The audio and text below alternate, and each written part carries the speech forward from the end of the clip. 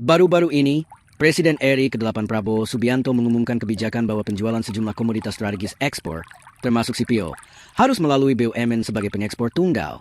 Namun selama beberapa hari setelah pengumuman tersebut, harga tandan buah segar sawit langsung anjlok drastis di lapangan. Banyak loading maupun peron memilih tutup dan menghentikan pembelian tandan buah segar sambil menunggu harga kembali stabil. Sebab, beberapa hari terakhir banyak pengusaha peron mengalami kerugian besar akibat harga sawit yang turun secara tiba-tiba. Bukan itu saja, para pengepul atau pengumpul tandan buah segar di tingkat lapangan juga mulai memilih berhenti membeli karena takut tekor.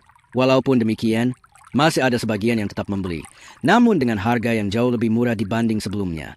Dan pada akhirnya, petani sawitlah yang paling merasakan dampaknya.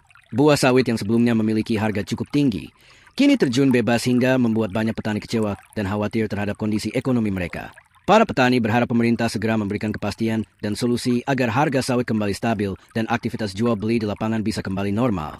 Menurut kamu bagaimana dengan kondisi ini? Apakah kebijakan ini membantu atau justru merugikan masyarakat kecil? Tinggalkan pendapatmu di kolom komentar. Penjualan semua hasil sumber daya alam kita mulai dengan minyak kelapa sawit, batu bara dan paduan besi, ferroalloys. Kita wajibkan harus dilakukan penjualannya melalui BUMN yang ditunjuk oleh pemerintah Republik Indonesia sebagai pengekspor tunggal. Nah, saya itu mau bilang begini. Hari ini, Mas, harga sawit itu di TBS, harga TBS ya, tandan buah segar sawit itu sudah turun. Turunnya itu sampai Rp200. Ya, turun.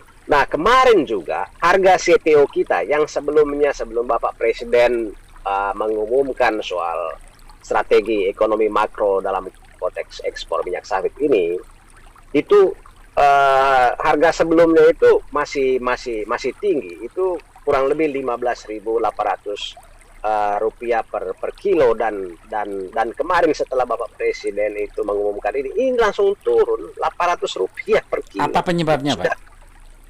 Penyebabnya itu adalah ini kan karena ketidakpastian ini kan menimbulkan gejolak sawit ini kan ini kita berbicara dalam konteks bisnis, man. Semuanya itu kan berspekulasi, ya. Jadi ini kan menganalisis sesuatu, berspekulasi. Ini gimana sih besok gitu. Ini jangan-jangan pemerintah nggak mau bayar. Oke, kita jual ke BUMN, nanti nggak dibayar bagaimana? Terus kemudian lagi apakah pabrik saya akan tutup? Jadi kan semuanya itu berhati-hati, membuat hitungan harga itu juga serba hati-hati. Contohnya begini. Kenapa meresponnya seperti itu, Pak?